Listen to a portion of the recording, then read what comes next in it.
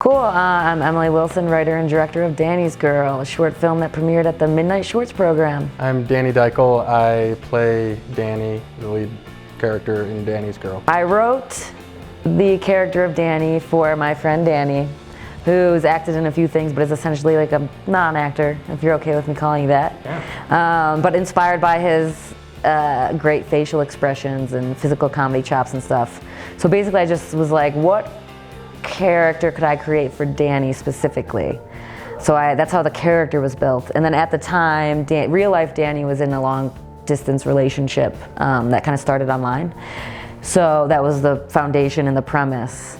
And from there, I like dark stuff, I like black comedy. I wanted a kind of a tension-filled film that escalated, and that was kind of like a worst-case scenario of this online dating predicament. And so that's pretty much it, yeah. The script really had like a solid character in it, I feel like. And I know Emily, and she knows me really well, and we've just kind of discussed this character a lot. I've acted in little, like anyone of our generation, like little things that we've made on our phones or whatever. When I was a kid, I made movies with friends, but I've never been on like any sort of professional production. But I kind of knew how to build a character, and this, I guess I think you kind of wrote this character based on a sort of kind of goofy character that I kind of fall back on and play just in, hanging out, or I don't know, just a way to make people laugh. I think we built it from a shallow, sort of silly character. Yeah, like when we hang out, we like riff off of each other, and like we're both kind of goofy. And it was inspired by like R. Crumb comics too. We're both fans, and so like that like R. Crumb has a bunch of just like kind of male characters that are always kind of like bumbling, and like a lot of just like splee, splah, like, you know what I mean? Like nervous guys who are like kind of fearful of women, or kind of skittish around women. So that was also an inspiration. But yeah, Danny's general, like, yeah, just overall like just innate goofiness, I think also helped a lot. So. A few things. For me, structure is incredibly important. Character development, pacing. I do a lot of video editing, and so I feel like my brain is kind of trained to be succinct and only include like what is necessary.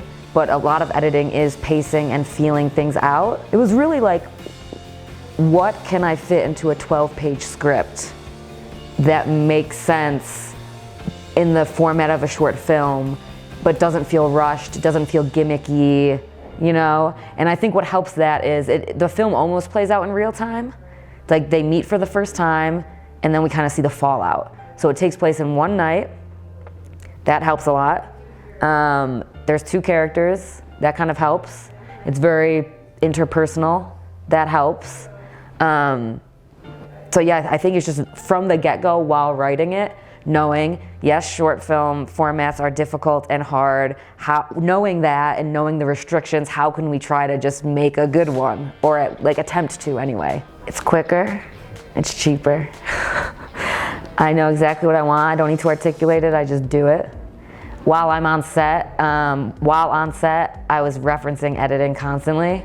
To the point where I think some crew members were like, I noticed you like talk about the editing a lot, like are you gonna be editing? And I'm like, yeah, actually I am. On set, like I feel like I knew I had a good idea of when to move on, because I knew, oh, we got that. Or maybe we did a two-shot, for example, and maybe I knew that wasn't gonna make final cut. So I kind of felt confident that I could move on. Because I kind of knew editing in my mind a little bit while being on set. So yeah, I think it's incredibly helpful, and I think it's helpful to the writing process too. But from a pure like practical thing, yeah, I have the footage, I can get it done quickly. I think it saves time and money. I did a script breakdown, which, I mean, because it's only a 12-page script, it's actually not as daunting as like a feature would be. But I planned every shot out, every scene out. I looked at it in the context of the whole film. So like if the first sequence of the film is red and blue light with panning camera, I was then like, okay, well, what's the second scene gonna look like? And is it gonna be a series of wides? And will those series of wides complement the scene that we just saw? And then moving on from there, like we're in the car now, and how can we shoot the car in an interesting way that also portrays awkwardness and tension? So very intentional, and I wanted to make a film that felt cinematic, and rather than just getting your standard shot, reverse shot, two shot. Like I wanted to be intentional about it, to learn, to grow as a filmmaker, and to also just like use the craft of visual storytelling, or at least like attempt to play with it a little more. So yeah, I did all of that, yeah. And which I would recommend, because then when you get to set, you have your team, everybody already knows what the shots are gonna look like. Obviously you adjust if you need to, but once you get to set, if you plan in advance and everybody's on the same page, it could go like really smooth. I have a feature screenplay I wanna make, very beginning stages. I think that planning, like really just doing your due diligence and planning. Like I've made things before, been involved in projects where you get to set and maybe you have the first day, half of the day planned, and then things kind of fall apart because maybe you didn't prepare enough.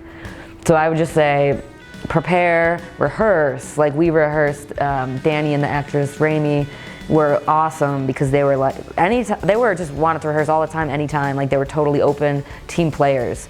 If we hadn't rehearsed as much as we did, I'm terrified to think how the film would have turned out. It may have been great, it may have been the same, but it may have not been. No, I think it was a strong movie because there was a deeper kind of understanding with me and things. And I'll tell you what I learned. You know, I'm interested in making movies too, and it was a great learning experience just seeing how like a short film gets made, like seeing the kind of nitty-gritty of it, seeing how much work goes in with like and everyone who's involved with it. Just, you know, you think making a movie is kind of like, you know, a walk in the park, but it's like I got to see just how much effort everyone is putting in all the time. It takes one day on set, if you've never been on a movie, to be like, oh God. Yeah, true. You might. There was a lizard on set. Yeah. So Danny's character has I don't know what the story is. Danny's, it's a fun anecdote, I guess. Well, Danny's character has a pet lizard. I brainstormed when we were thinking about set design. I'm like, what kind of character would this be? I think we were eating dinner, and then like what would he have in his apartment? And we went through everything. At one point we're like, he's a fan of 90s Sting. And like we were gonna have like a poster of Sting. Oh my God. Yeah, and then like we went through all these different things. Like, what if he's the type of guy who's like really into Walt Disney? Oh yeah. But like fan fiction Walt Disney. Anyway, so then I'm like, well, what about a lizard? Because the lizard does two things. A, it says a lot about the character. Sure. Like a certain type of person has amphibians for pets. Right. And secondly, it has like the cool red light. So it's motivated lighting that obviously sets the stage. So that's just awesome. You can do the same thing with fish tanks or whatever else. Yeah, having a lizard like ups the production value like totally 4 points. Yeah, but so I always wanted a lizard tank, but we couldn't really get a lizard. Like we had a hard time getting it without. There's we looked at exotic pet places and all sorts of things. And so I actually had kind of been like, I had accepted that we weren't gonna maybe have an actual lizard on set. But it was like the last day of shooting, and it turns out our PA, Macklin, had a good friend. We like mentioned the lizard, and he's like, my friend is a lizard. And so we paid the friend like $200 cash to just bring his lizard over from like the Bronx. And so we just had an hour with this lizard, and that's the opening shot of the film. And we have 2 other close-up shots of the lizard in the film, which are just great. So that was like a happy surprise, kind of fun thing that happened.